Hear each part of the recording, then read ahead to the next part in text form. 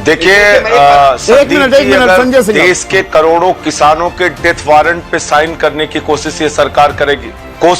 अगर ये सरकार किसानों के मौत के फरमान पे हस्ताक्षर करने की, तो उसका विरोध करेंगे। जितनी ताकत है, जितना दम है, बिल फाड़ेंगे, माइक तोड़ेंगे। आपके चैनल पर राकेश सिन्हा जी हैं, बड़े सम्मानीय सदस्य हैं। मैं संविधान सुन तो लीजिए, मैं देश के संविधान की सौगंध खा के कहता हूं, अपने चेयर से त्रुचि शिवाजी ने डिवीजन मांगा, वोटिंग मांगी, उसके बावजूद चेयर ने डिवीजन नहीं दिया, वोटिंग नहीं दी। आप बताइए, ये देश के लोकतंत्र का गला घोटने की कार्रवाई है कि नहीं है? पर ये देश के संविधान का गला घोटने की कार्रवाई है कि नहीं है?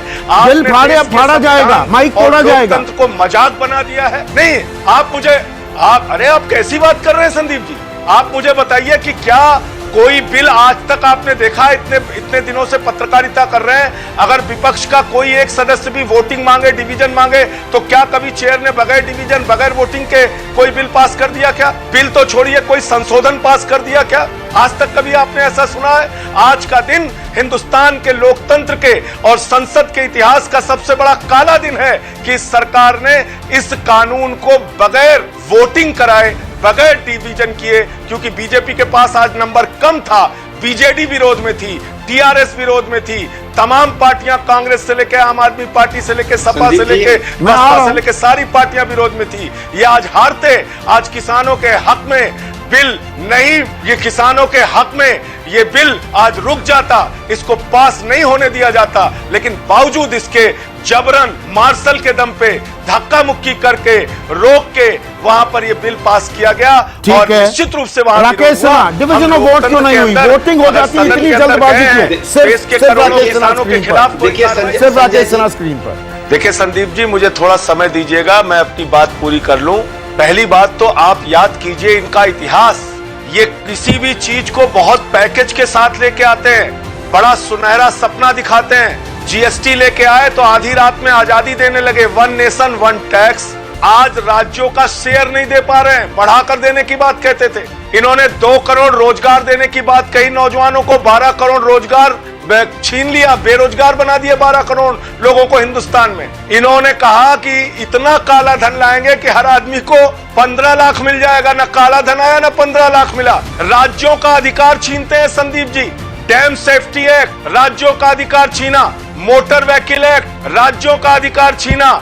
आज ये जो है कानून लेके आए, इसमें राज्यों का अधिकार छीनने का काम कर रहे हैं। आप मुझे बताइए, जो बात अभी केसी त्यागी जी ने कही, आप एक एमएसपी का निर्धारण कर दीजिए ना, उससे नीचे कोई खरीद करे तो उस पर आप दंडात्मक कार्रवाई का प्रावधान कीजिए। आप दिखाइए इसमें कहां पर है। आपके सहयोगी दल अकाली दल ने इसका विरोध किया।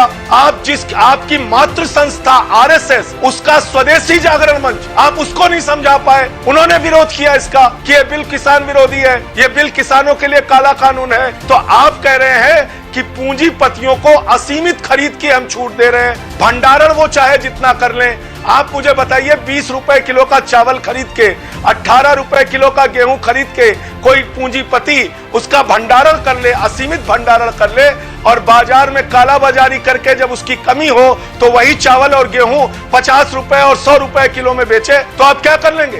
एफडीआई का विरोध किया था कि नहीं किया था इन लोगों ने? लेकिन क्या किया?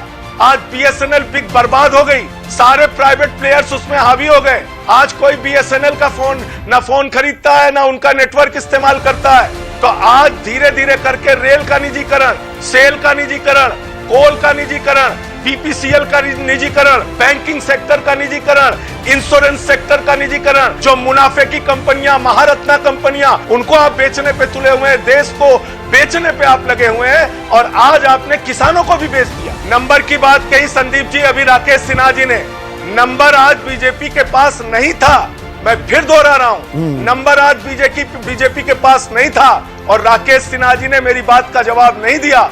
मैंने संविधान की सौगंध खा के आपके टीवी चैनल पे कहा, त्रुचि शिवाजी ने अपनी चेयर से डिवीजन मांगा, वोटिंग मांगी कि नहीं मांगी, और अगर उन्होंने वोटिंग मांगी तो वोटिंग क्यों नहीं दिया? पहली बात तो अभी राकेश सिन्हा जी कह रहे थे कि आसाम का किसान पंजाब में सामान बेचेगा, पंजाब का किसान अपनी उपज जाके आसाम में बेच लेगा। देखिए, इतने बड़े बड़े सपने दिखाने का जो आपका तरीका है वो हमेशा अब तक फेल रहा है। बड़ी बड़ी बातें आपने, मैंने उसका उदाहरण भी दिया। आप तो सीधा सीधा ये बताइए उसको मंडी में दाम क्यों नहीं मिल पाया? आपने तो 1.5 गुना दाम कर देने की बात कही थी।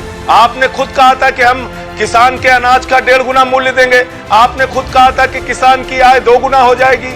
ना 2 गुना आय हुई, ना 1.5 गुना उनको दाम मिला, और एमएसपी जो है भी वो भी आप खत्म करने की योजना बना रहे हैं। इसमें जो सबसे बड़ा काम इस सरकार ने किया है, इस बिल को लाकर वो चंद पूंजीपतियों के हाथ देश के किसानों की तकदीर को गिरवी रखने का काम किया।